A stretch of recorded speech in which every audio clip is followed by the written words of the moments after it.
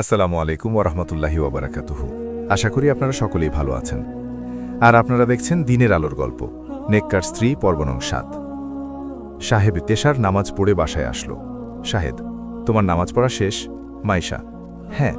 শাহেদ, আচ্ছা তুমি বসে থাকো, আমি আমার এক ফ্রেন্ডের সঙ্গে কথা বলে আসছি। মাইশা, আচ্ছা। তারপর শাহেদ ছাদের উপর গিয়ে ইরিকে ফোন করল। ইরি, হ্যালো সুইটহার্ট, কেমন আছো? শাহেদ, ভালো আছি, তুমি কেমন আছো? ইরি, এতক্ষণ ভালো ছিলাম না, বাট এখন অনেক অনেক অনেক ভালো আছি। শুনো, কাল আমার সঙ্গে তোমাকে দেখা করতে হবে। কতদিন হলো তোমাকে দেখিনি, তোমাকে না দেখলে আমার কিচ্ছু ভালো লাগলে না। শাহেদ, কাল তো অফিসের কাজ নিয়ে একটু বিজি থাকব। ইরি, আমি কোনো কথা শুনতে চাই না, কাল তুমি দেখা করবে ব্যাস। শাহেদ, আচ্ছা ঠিক আছে, দেখা করার চেষ্টা করব। ইরি, চেষ্টা নয়, আমার সঙ্গে কাল দেখা করতেই হবে। শাহেদ, আচ্ছা ঠিক আছে। ইরি, থ্যাংক ইউ বাবু।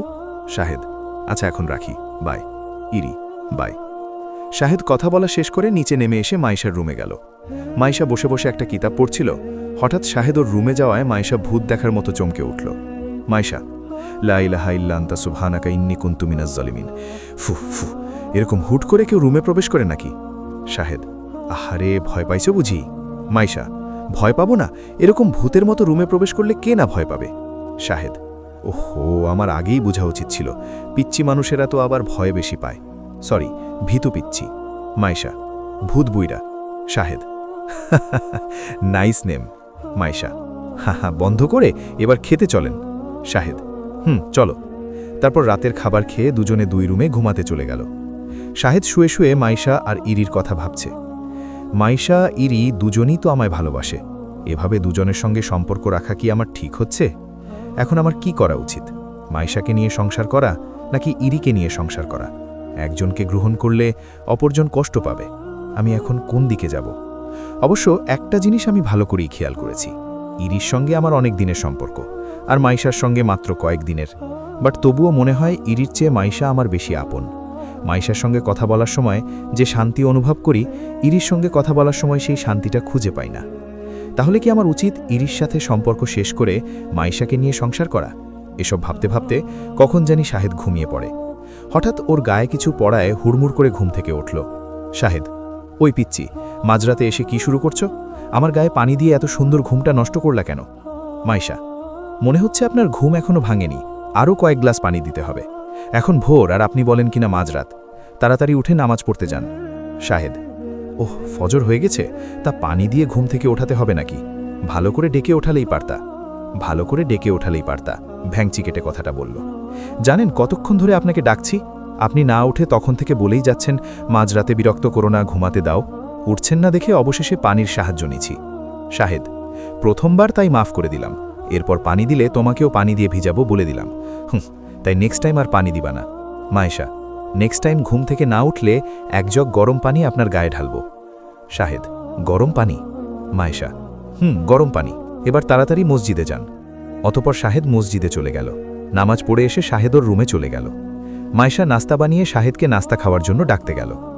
মায়েশা কয়েকবার শাহেদকে ডাকার পর শাহেদের গায়ে হালকা ধাক্কা দিয়ে বলল, এই যে শুনছেন? এবার শাহেদের ঘোর কাটল। শাহেদ, তুমি কখন এলে? মায়েশা, একটু আগে এসেছি। শাহেদ, কিছু বলবে? মায়েশা, নাস্তা খাওয়ার জন্য ডাকতে এসেছি।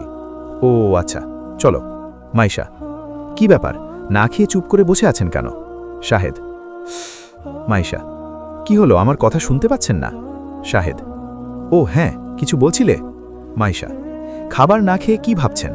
শাহেদ, না কিছু না। কথাটা বলেই শাহেদ নাস্তা খেতে লাগল। মায়েশা মনে মনে ভাবছে, হঠাৎ করে ওনার কি হলো, কি এত চিন্তা করছে? ও মনে হয় মা বাবার কথা ভাবছে। তারপর মায়েশাও খাবার খেতে লাগল। শাহেদ খাবার খেয়ে রেডি হয়ে অফিসে চলে গেল। অফিসের সব কাজ শেষ করে আসরের নামাজ পড়ে ইরির সঙ্গে দেখা করতে গেল। শাহেদকে দেখে ইরি তো ভীষণ খুশি, মনে হচ্ছে আকাশের চাঁদ হাতে পেয়ে গেছে। ইরি, থ্যাংক ইউ সুইটহার্ট, আমার কথা রাখার জন্য অনেক ধন্যবাদ। তা কেমন আছো? শাহেদ, ভালো আছি, তুমি? ইরি, উফ, আমাকে আমার জিজ্ঞেস করছো? তুমি জানো না, তুমি আমার পাশে যতক্ষণ থাকো ততক্ষণ আমি খুব ভালো থাকি। তোমাকে ছাড়া আমার এক মুহূর্ত ভালো লাগে না। তুমি প্লিজ তাড়াতাড়ি ওই গেও ভূতটাকে তাড়িয়ে আমাকে তোমার ঘরে নেওয়ার ব্যবস্থা করো। শাহেদ, ইরি, তোমার বাবা মা তো 1 মাস পর চলে আসবে, আমাদের হাতে কিন্তু বেশি সময় নেই। সো যা করার তাড়াতাড়ি করতে হবে, একটা মিনিটও আমাদের নষ্ট করা চলবে না, বুঝেছ? শাহেদ: কি ব্যাপার, তুমি চুপ কেন? শাহেদ আমতা আমতা করে বলল, ইরি, আমাকে তুমি মাফ করে দিও প্লিজ। ইরি: মানে? শাহেদ: আসলে ইরি, আমি মাইশাকে মনে হয় ভালোবেসে ফেলেছি। হোয়াট? কি বলছো এসব? তোমার মাথা ঠিক আছে তো? হ্যাঁ, ঠিক আছে। আমি জানি তুমি আমায় অনেক ভালোবাসো, আমাকে ভুলে থাকতে তোমার অনেক কষ্ট হবে, বাট তবুও বলছি, আমায় তুমি ভুলে যাও ইরি। ইরি: ভুলে যাও বললেই কি ভুলে যাওয়া যায়? ভুলে যাওয়া কি এত সোজা? কান্না করতে করতে বলল। শাহেদ: না, সোজা নয়, আবার অসম্ভবও নয়। মানুষ ইচ্ছা করলে সব পারে। ইরি: ওই গ্রাম্য মেয়েটার মাঝে কি এমন আছে যা আমার মাঝে নাই? ওর মাঝে কি এমন পেলে যার কারণে আমাকে ছেড়ে ওর কাছে থাকতে চাও? আমাকে ছাড়া আমি বাঁচতে পারব না। শাহেদ: দেখো ইরি, আমি বিষয়টা নিয়ে সারা রাত সারাদিন ভেবেছি। সবকিছু ভেবেচিন্তে আমার মনে হলো আমাদের দুজন দুজনকে ভুলে যাওয়াই সবচেয়ে বেটার হবে। যদিও কিছু সময়ের জন্য কষ্ট পাব, বাট পরে সব ঠিক হয়ে যাবে। ইরি চুপচাপ বসে কান্না করছে।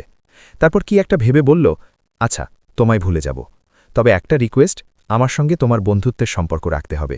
কি হবে তো আমার বন্ধু? শাহেদ মুচকি হেসে বলল, আজ থেকে তাহলে আমরা দুজন বন্ধু। আচ্ছা, এখন যাই, তুমিও যাও, মাইশা হয়তো তোমার জন্য অপেক্ষা করছে। শাহেদ: আচ্ছা, ভালো থেকো, বাই। ইরি: বাই। শাহেদ কথা বলা শেষ করে নিচে নেমে এসে মাইশার রুমে গেল। ইরি দাঁড়িয়ে গাড়ি শাহেদের চলে যাওয়া দেখছে আর মনে মনে ভাবছে, শাহেদ বাবু, আমি আজ পর্যন্ত যা চেয়েছি তাই পেয়েছি। ইরি কখনো হারতে শেখেনি। আমি তো এত সহজে ওই গেঁয়ো ভূতটার কাছে হার মানবে না। আমি তোমাকে কারো হতে দেব না। মাইশা আমার কাছ থেকে তোমাকে কেড়ে নিতে চায়, তাই না?